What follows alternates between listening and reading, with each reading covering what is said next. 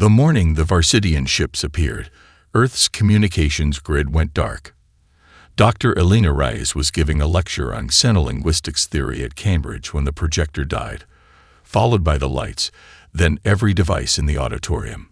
Through the tall windows, students pointed at the sky where an obsidian vessel shaped like an elongated diamond hovered silently above the university spires. Class dismissed, Elena whispered, though no one moved. Similar scenes played out across the globe. Massive ships hanging like silent judges over major cities, their gravity wells disrupting tides and weather patterns. Military responses proved futile. Jets disappeared in flashes of green light. Missiles detonated harmlessly against invisible barriers. 3 days later, the United Nations hastily convened an emergency session. Elena attended as part of a scientific advisory panel, her expertise in theoretical alien communication suddenly, terrifyingly relevant. Commander Chauvezek materialized in the center of the General Assembly without warning. Standing 9 feet tall with copper-toned scales and 4 arms, he was flanked by guards whose weapons bent light itself. His translated voice emerged simultaneously from every speaker in the building. Your planet now serves the Varsidian Dominion. Resistance has proven inefficient. Acceptance will minimize population reduction. Elena noticed something odd during the proceedings. The aliens wore specialized atmosphere suits when humans approached, despite atmospheric analysis indicating they breathed the same oxygen mixture. When questions were raised about this protective gear, the Varsidians dismissed it as standard protocol for primitive world integration. 2 weeks later, Elena received notification of her selection to join the translation team aboard the Varsidian command ship, Eternal Vigilance. Her colleagues congratulated her with hollow smiles and fearful eyes. Everyone understood this wasn't an honor but a sentence. You'll be our eyes up there, whispered Dr. Haruki Yamamoto, her department head, during her hurried departure. He pressed an antique fountain pen into her palm. Old technology. Sometimes the past has advantages. The pen contained a miniaturized data storage device, virtually undetectable to Varsidian scanners, which focused primarily on quantum and digital signals. Aboard the Eternal Vigilance, Elena's quarters consisted of a sterile white cubicle with a cot, desk, and sanitization chamber. A force field shimmered at the entrance, containing her as much as protecting her. She shared the translation facility with 11 other linguists from different nations, all working to expand the Varsidian understanding of Earth languages and cultural contexts. During her 3rd week aboard, while cataloging Varsidian command phrases, Elena's terminal briefly displayed a restricted directory during a system update. The folder was labeled Human Containment Protocols, with security clearances far beyond those for other conquered species she'd seen referenced. Before the directory disappeared, she glimpsed one file heading: Biochemical Hazard Classification, Omega-9. That night in her quarters, Elena examined the fountain pen under her thin blanket. The Varsidians considered humans barely worth monitoring once secured in their designated areas. Their arrogance created blind spots.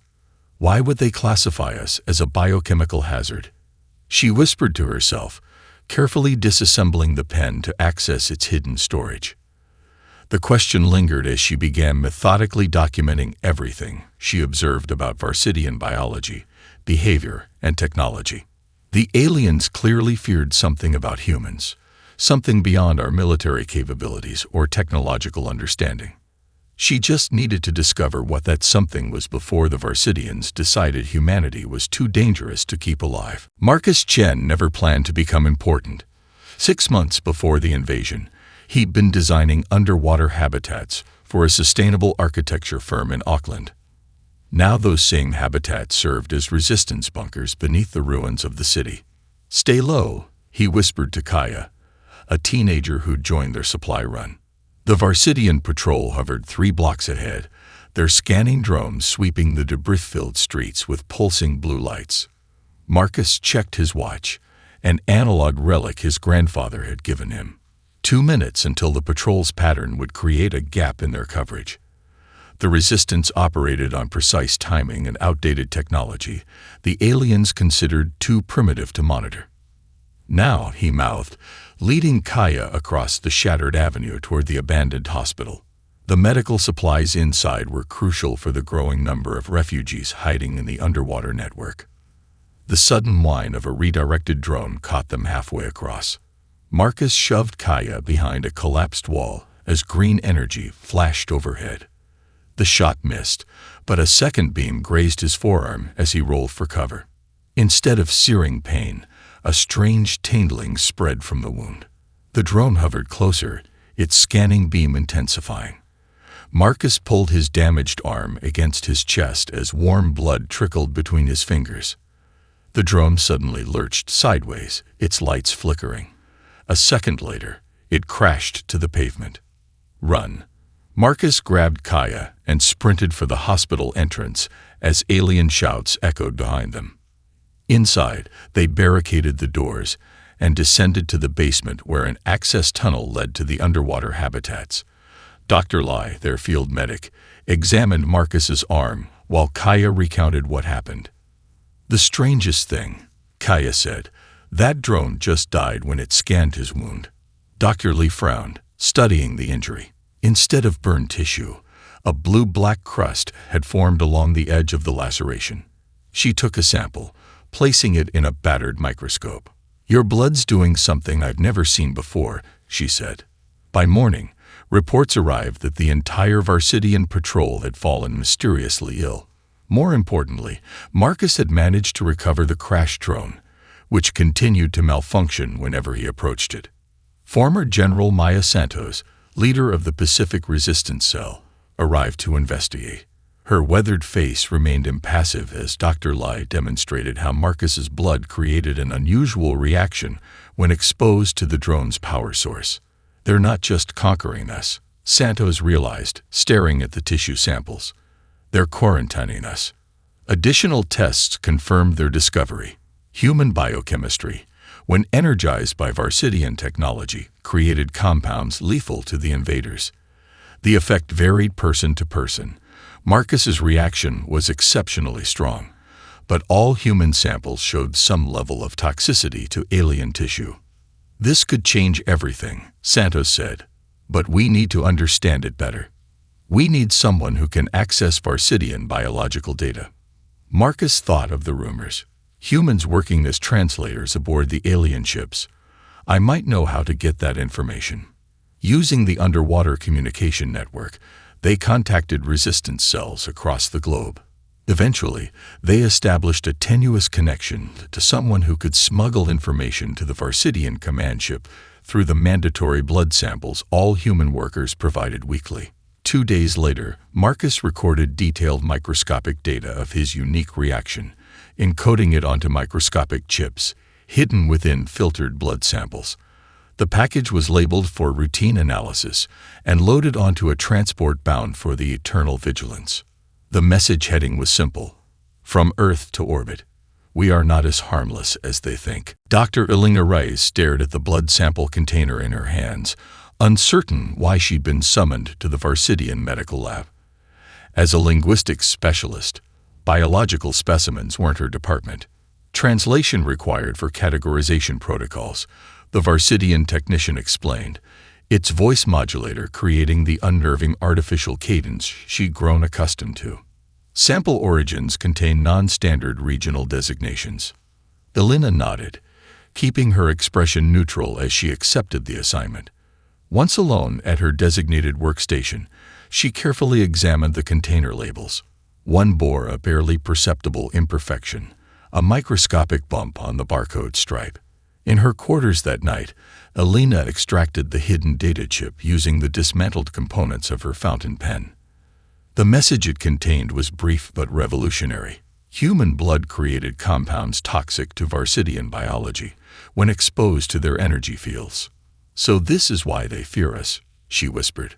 Over the next 3 weeks, Elena conducted discreet experiments in her quarters.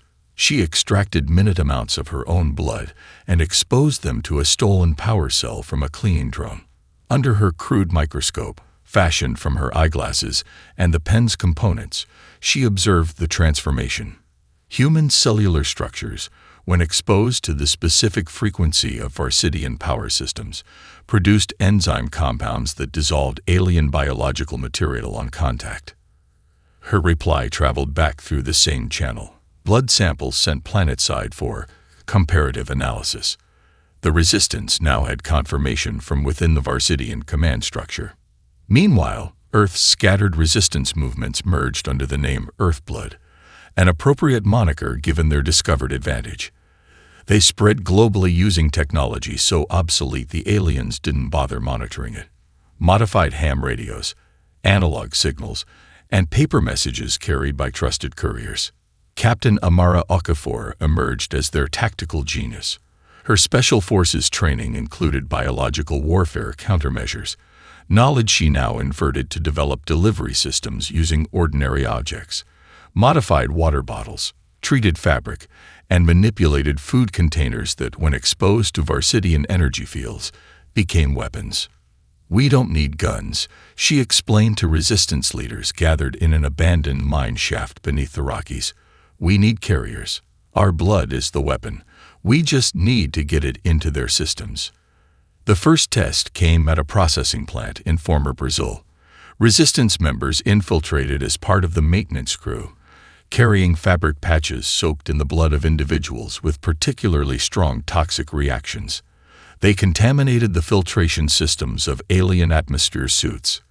The resulting illness spread through 3 outposts before containment. Elena tracked the incident through Varsidian communication channels, translating their increasingly panicked reports. Their term for the outbreak, biological insurgency, confirmed her suspicions. The Varsidians had known about human biological potential all along. It was why Earth had been placed under such strict control compared to other conquered worlds. Central Command mandates increased separation protocols, one report stated. All human workers transferred to secondary facilities. Direct contact prohibited. The aliens were retreating, creating distance between themselves and humanity. It was the first tactical advantage Earth had gained since the invasion. In her secure communications back to Marcus Chen, Elena included a single line that would change the course of the resistance. "They're afraid of us now. It's time to make them run." The Varsidian response came with the sunrise. Elena watched from her viewport aboard the Eternal Vigilance as beam weapons lanced from orbital platforms toward the Australian continent below. The energy signatures were unlike any she'd observed before, coherent light that distorted the atmosphere itself. "Purification protocol initiated," announced the ship-wide communication system. "Biological contamination containment successful." The Australian outback transformed into blackened glass, steam rising where sparse vegetation had once struggled for existence. Millions of acres sterilized in minutes. Elena pressed her palm against the transparent barrier, her face carefully blank despite the horror below.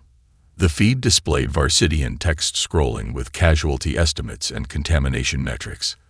What caught her attention wasn't the staggering human death toll, but another figure. Varsidian casualties, 347.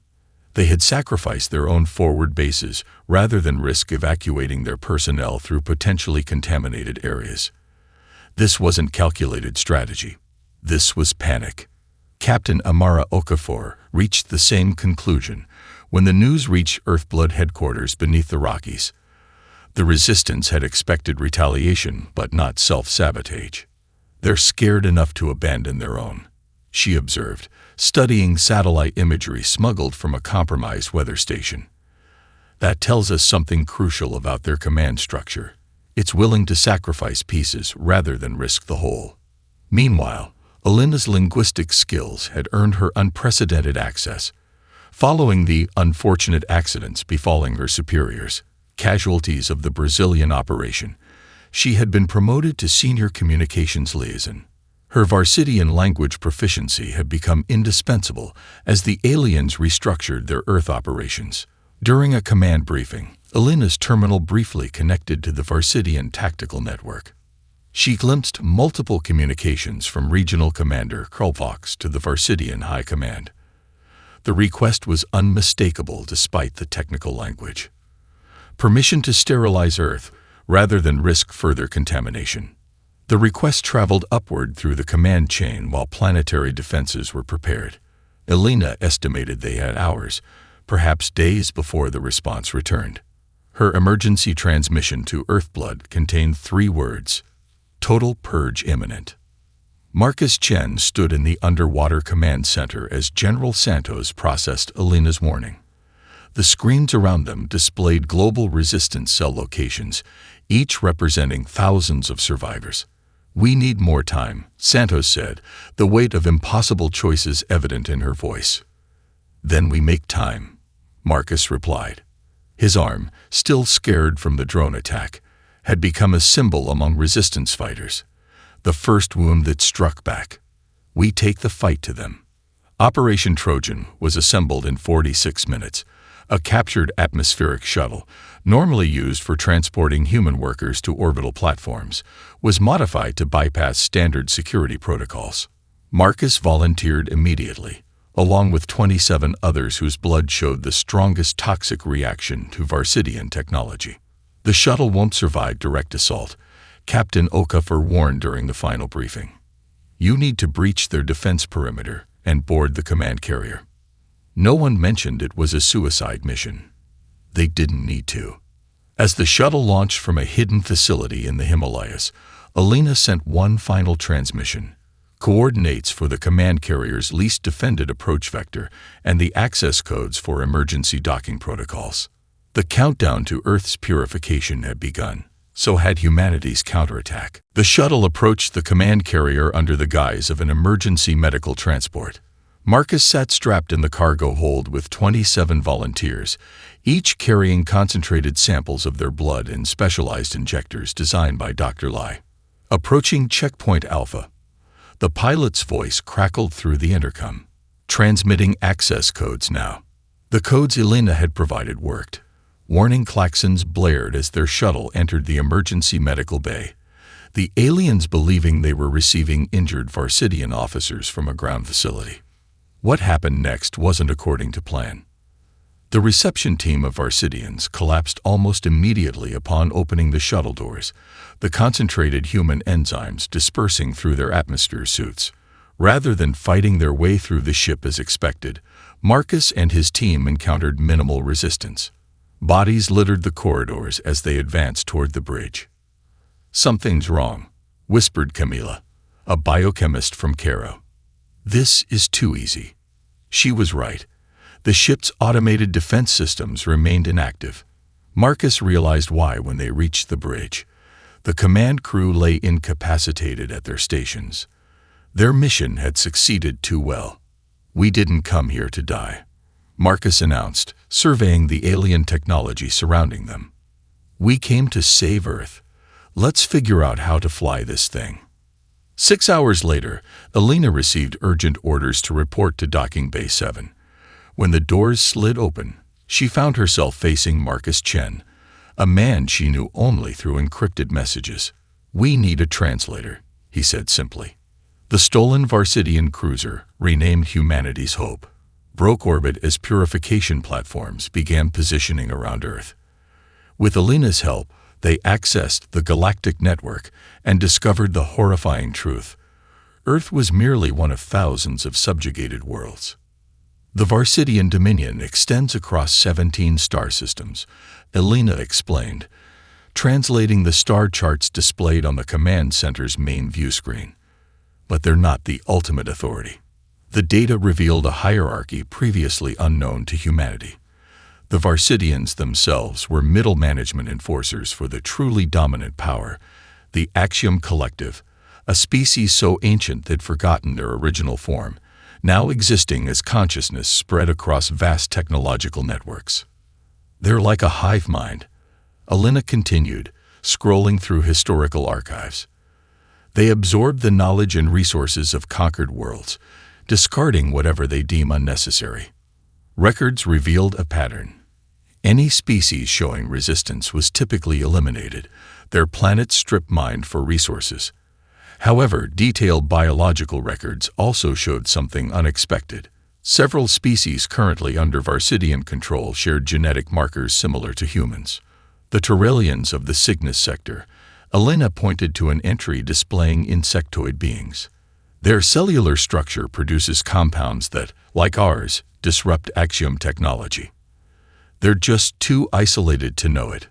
Marcus studied the data, his mind racing with implications. How many other species have this potential? At least 3 that I can identify, Elena replied. All kept deliberately separated by Varsidian occupation zones. The team gathered on the bridge as Marcus outlined an audacious new plan. Instead of simply fighting for Earth's freedom, they would seek allies among the stars, forming a coalition of species with complementary biological traits. The Varsidians fear us individually, he said. Imagine what they'll do when we stand together. The stolen cruiser dropped out of light speed near Terralus, a methane-rich world orbiting a red dwarf star. Through the view screen, its swirling azure atmosphere revealed little of the civilization below. Their communication technology is primitive by Varsidian standards, Elena explained, adjusting the translator algorithms. The Varsidians keep them technologically stunted deliberately. After 3 attempts, they established contact. The Turelian resistance leaders initially responded with hostility, an understandable reaction to a Varsidian vessel approaching their hidden base. Only Elena's careful translation of their intentions prevented immediate attack. We bring opportunity, not conquest, she transmitted in the mathematical language the insectoid Turelians preferred. The meeting occurred in a pressurized chamber modified for methane breathers. Marcus stepped forward, pressing his palm against the transparent barrier separating them from the Turelians. On the other side, the chief scientist, a being with a crystalline exoskeleton and compound eyes that refracted light in hypnotic patterns, mirrored his gesture. "Show them," Marcus said quietly. Dr. Lai activated a small Varsidian device they'd brought from the ship. When Marcus's blood sample touched it, the reaction was immediate and visible. The device sparked, smoked, and went dark. The Turelian scientists chittered excitedly, their translator rendering fragments. Molecular disruption. Similar to our own. Compatibility potential. They shared their discovery. Turelian body chemistry produced crystalline compounds that, while different from human enzymes, created similar disruptive effects on Varsidian technology. Neither species alone could create a systemic weapon, but together. From Terralus, they journeyed to Vox Prime, where avian philosophers whose wings spanned 4 meters greeted them with ancient songs. The Voxians contributed their knowledge of axiom collective vulnerabilities, accumulated over millennia of quiet observation. The collective fears dissolution above all, explained Elder Krith, his feathered crest rippling with emotion. They abandoned physical form eons ago. To return would be death to them. The aquatic Nerethians completed their alliance. Communication specialists with photographic memories, they provided the network necessary to coordinate between vastly different species. Their underwater cities became data havens, storing the combined knowledge of the growing coalition. In the laboratory section of Humanity's Hope, Dr. Elena Reyes made the critical breakthrough alongside scientists from each allied species. She stepped back from the microscope, her eyes wide with realization. "It's perfect," she whispered. "Each species produces unique biological compounds that, when combined, create a cascading effect against axiom technology." Captain Okafor established joint training protocols, teaching resistance fighters from 4 species to work in concert despite their physiological differences. Marcus developed portable synthesizers to combine their biological advantages into deployable weapons. The newly formed alliance of sentient species developed a coordination plan requiring precise timing across 12 star systems. Success would depend on simultaneous strikes against Varsidian control points, followed by a direct assault on axiom network nodes.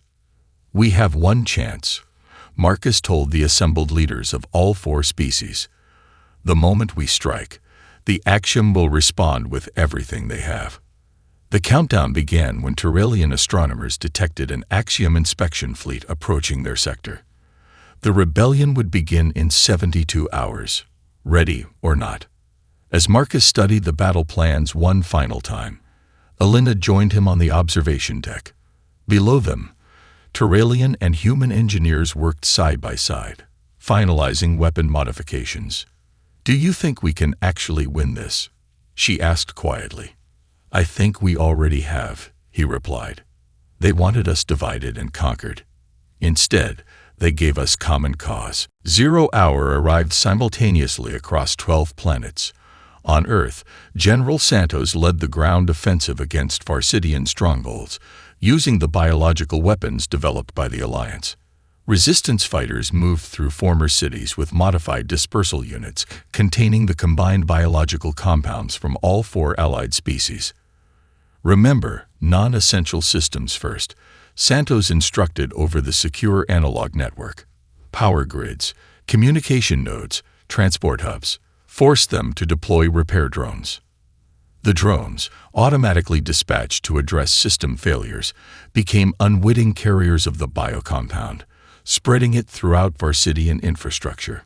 In orbit, Captain Okafor commanded a small fleet of captured and modified Varsidian vessels.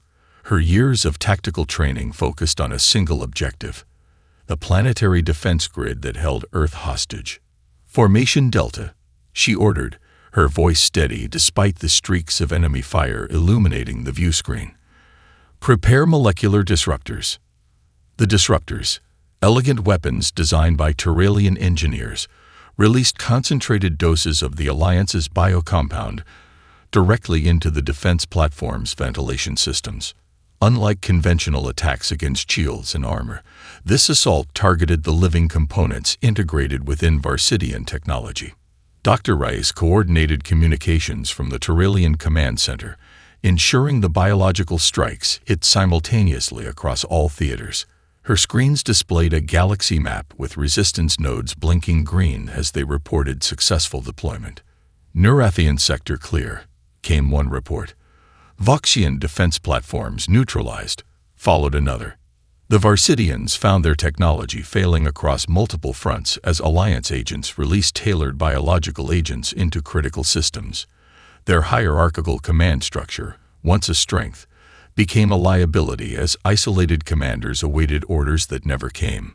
When the Axiom Collective dispatched their automated enforcement fleet, they encountered something unprecedented: their decentralized consciousness, when attempting to interface with contaminated systems, experienced cascade failures.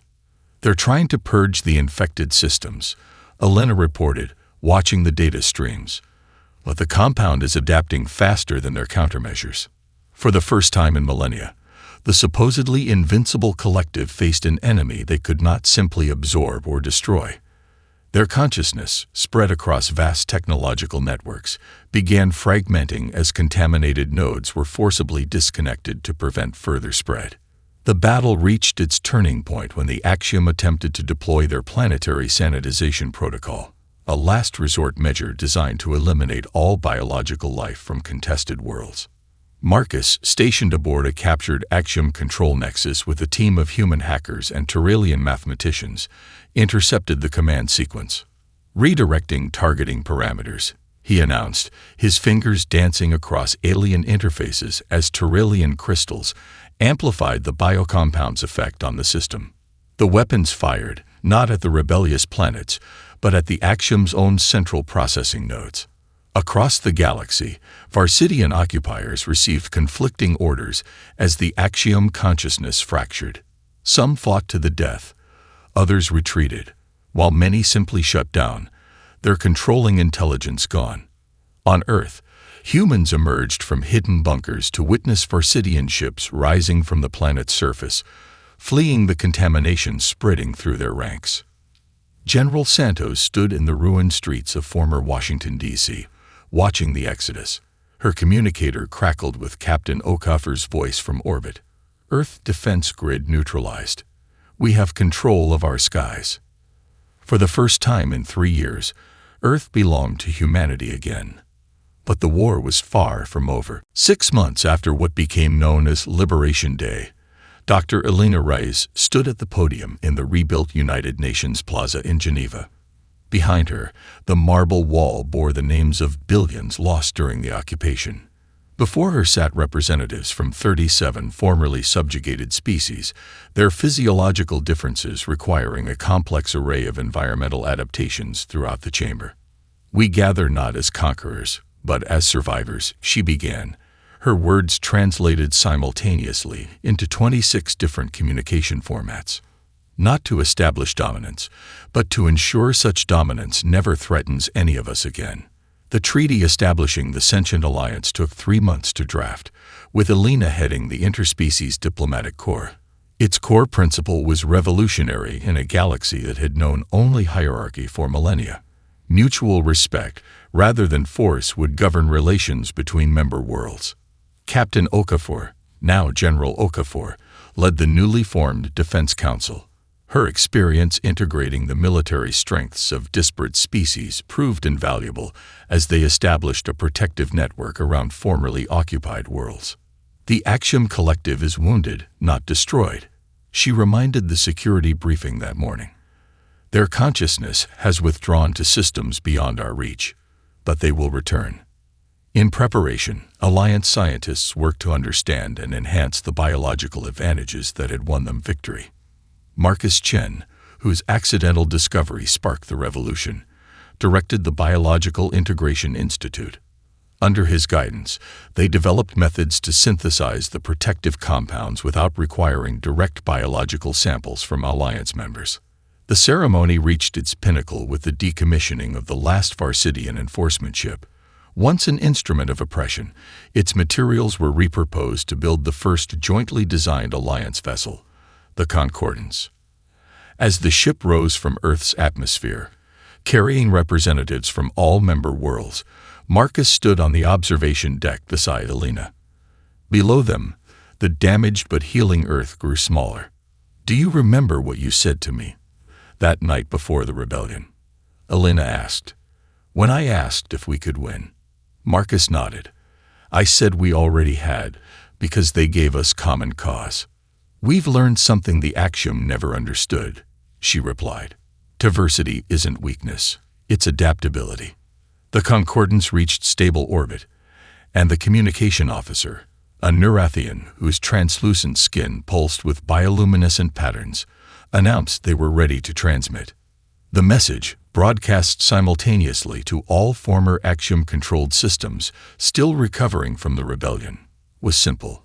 "We extend an invitation, not a demand. Join us not as subjects, but as equals." As the transmission completed, reports arrived of unusual activity at the galaxy's edge. Axiom scout vessels had been detected, observing from a distance. "They're studying us," Marcus noted. "Learning." "So are we," Elena replied. "And we have something they never will, each other." General Okafor joined them, her expression resolute. "The war isn't over, it's just beginning." "Then we'll face it together," Marcus said, watching as Earth, once a lonely blue marble in a hostile universe, now served as the foundation for something unprecedented. A coalition of different species united by respect, rather than fear.